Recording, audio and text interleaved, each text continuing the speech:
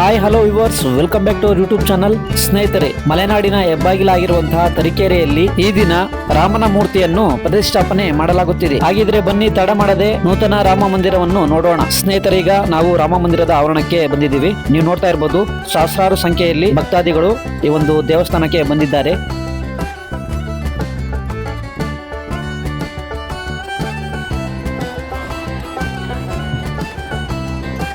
ಬಂದಂತ ಭಕ್ತಾದಿಗಳು ಭಕ್ತಿ ಭಾವದಿಂದ ದೇವರಿಗೆ ನಮಸ್ಕಾರ ಮಾಡ್ತಾ ಇದ್ದಾರೆ. ಈಗ ನೋಡೋಣ ಬನ್ನಿ ಪ್ರತಿಷ್ಠಾಪನೆ ಮಾಡಲಾದ ರಾಮನ ಮೂರ್ತಿಯನ್ನು.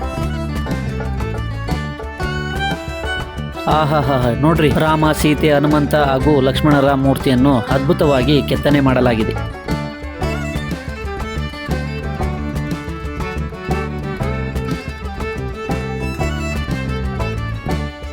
ಹಾಗೇನೆ ಅದ್ಭುತವಾಗಿ ದೇವರಿಗೆ ಹೂವಿನ ಅಲಂಕಾರವನ್ನು ಮಾಡಲಾಗಿದೆ.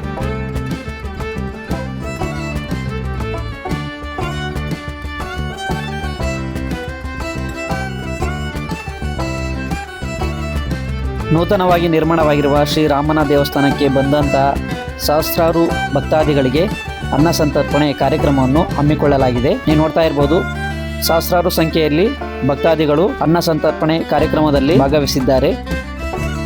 ದೇವರ ದರ್ಶನಕ್ಕೆ ಬಂದಂತಹ ಸಹಸ್ರಾರು ಸಂಖ್ಯೆಯ ಭಕ್ತಾದಿಗಳಿಗೆ ದೇವಸ್ಥಾನದ ಆಡಳಿತ ಮಂಡಳಿಯವರು ಊಟವನ್ನು ಉಣಬಡಿಸುತ್ತಿದ್ದಾರೆ. ನೋಡ್ತಾ ಇರ್ಬೋದು, ವಿದ್ಯಾರ್ಥಿಗಳು ಸಹ ಈ ಒಂದು ಅನ್ನ ಸಂತರ್ಪಣೆ ಕಾರ್ಯಕ್ರಮದಲ್ಲಿ ಭಾಗವಹಿಸಿದ್ದಾರೆ.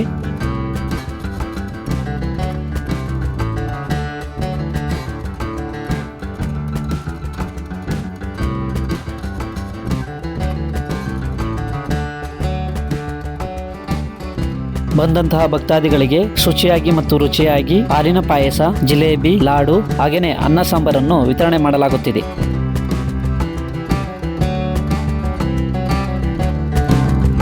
ಓಕೆ ಸ್ನೇಹಿತರೆ, ಒಮ್ಮೆ ಈ ರಾಮ ಮಂದಿರಕ್ಕೆ ಭೇಟಿ ನೀಡಿ ದೇವರ ಅನುಗ್ರಹಕ್ಕೆ ಪಾತ್ರರಾಗಿ.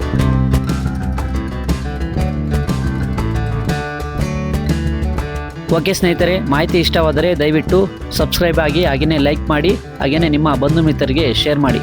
ವಿಡಿಯೋವನ್ನು ಸಂಪೂರ್ಣವಾಗಿ ನೋಡಿದ್ದಕ್ಕಾಗಿ ಧನ್ಯವಾದಗಳು. ಶುಭ ದಿನ.